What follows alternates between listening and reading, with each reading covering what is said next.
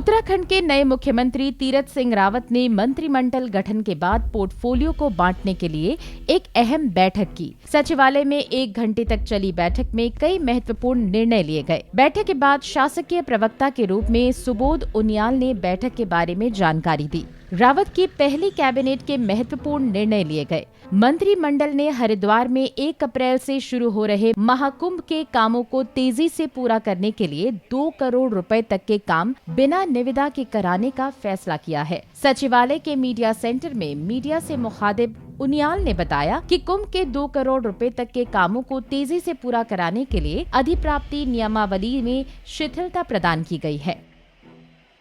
हरिद्वार में जो हमारा कुंभ चल रहा है, इस कुंभ को दिव्य बने और भव्य बने, और जिससे समय की कमी है, क्योंकि समय बहुत ज़्यादा हम पे है नहीं, और सरकार की मंशा है कि कुंभ दिव्य भी हो और भव्य भी हो।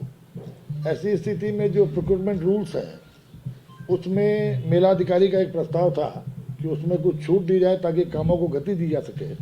तो उसको देखते हुए सरकार ने आज मंत्रिमंडल ने निर्णय लिया शिथिलता देने का, कि ताकि ये काम, चाहे बिजली का काम हो, पानी का काम हो, सड़कों का हो, स्ट्रीट लाइट हो, शौचालय हो, और जो बाकी जो अवस्थापना सुविधाएं हैं, उनमें गति देने के लिए मंत्रिमंडल ने इस पर अपनी सहमति दी है। और उनियाल ने बताया कि मेलाधिकारी की ओर से इसका प्रस्ताव आया था। इसके तहत सड़क, बिजली, पानी, स्ट्रीट लाइट, शौचालय आदि के काम नए प्रस्तावित क्षेत्रों में कराए जाएंगे। ये क्षेत्र अखाड़ों से संबंधित है। महाकुंभ को दिव्य और भव्य बनाने के लिए मंत्रिमंडल ने ये फैसला किया है। महाकुंभ के तहत नगर निगम हरिद्वार में 3664.60 लाख रुपए की ठोस अपशिष्ट प्रबंधन परियोजना को मंत्रिमंडल ने 5 पैकेज बनाने को भी स्वीकृति दी है। इसमें भूपतवाला, कंखल, मायापुरी और गौरीशंकर क्षेत्र शामिल है। 5वीं रीपैकेजिंग मानव श्रम से संबंधित है। मानव श्रम की निविदा में 10% अधिक लागत को मंत्रिमंडल ने स्वीकृत किया है। इससे 2.49 करोड़ अधिक खर्च होंगे और 9000 लोगों की तैनाती की जाएगी।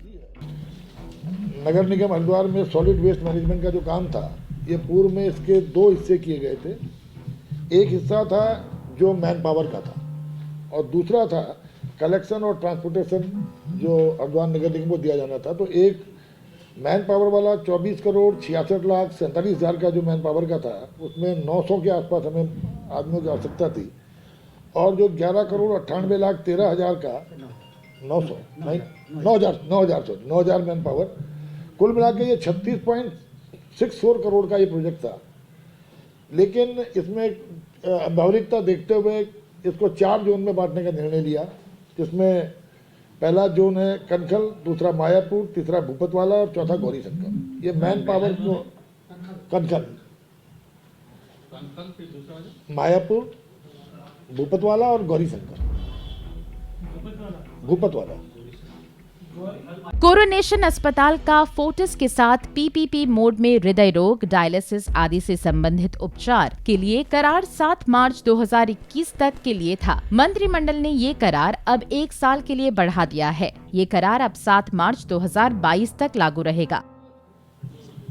जो हमारा कोरोनेशन हॉस्पिटल में फोर्टिस केयर लिमिटेड का जो यहाँ पर हॉस्पिटल रन कर रहा था, जो उसका हमारी सरकार के साथ 8 मार्च 2011 को सरकार के साथ जो एक 10 वर्ष के लिए उनको दिया गया था, उसकी अवधि 7 मार्च को ख़त्म हो गई थी।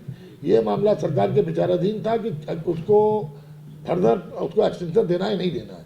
तो आज ये निर्णय लिया गया कि फोर्टिस को 1 वर्ष के लिए, और हमने यानी कि 7 मार्च 2022 तक उसका कॉन्ट्रैक्ट बढ़ाने का निर्णय लिया, और उसमें इस शर्त के साथ कि केवल उत्तराखंड के निवासियों की वो सुविधा प्रदान की जाएगी। प्रदेश में गोपन को अब मंत्री परिषद के नाम से जाना जाएगा। अन्य राज्यों में भी मंत्रिमंडल से संबंधित मामलों में प्रस्ताव बनाने से लेकर अन्य काम मंत्री परिषद विभाग के नाम से ही किया जाता है। प्रदेश में गोपन के नाम से इस विभाग को जाना जाता रहा है। मंत्रिमंडल ने कोटद्वार में मेडिकल कॉलेज की विस्तृत परियोजना रिपोर्ट के लिए 1 करोड़ रुपए की स्वीकृति दी है। इस मेडिकल कॉलेज के लिए केंद्र सरकार से स्वीकृति ली जाएगी। पहले ये मेडिकल कॉलेज ESI के साथ मिलकर बनना था। इस पर विवाद हुआ तो अब मंत्रिमंडल ने अलग से अस्पताल बनाना स्वीकार किया है। कोटद्वार मेडिकल कॉलेज के लिए जो 1 करोड़ रुपए की धनराशि टोकन मनी के रूप में स्वीकृत की गई है, एक करोड़ की राशि टोकन मनी के लिए अभी स्वीकृत की, आज मंत्रिमंडल ने स्वीकृत की है। और इसके लिए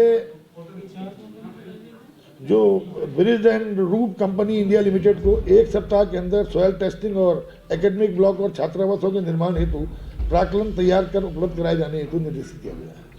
इसके साथ ही मंत्रिमंडल ने 1 मार्च से ग्रीष्मकालीन राजधानी गैरसैंण भराड़ीसैंण में आयोजित बजट सत्र समाप्त करने के प्रस्ताव को भी मंजूरी दी। ये सत्र 6 मार्च को भराड़ीसैंण में स्थगित किया गया था। अब विधानसभा की ओर से इसका औपचारिक रूप से आदेश जारी होगा। देहरादून से कुलदीप रावत की रिपोर्ट।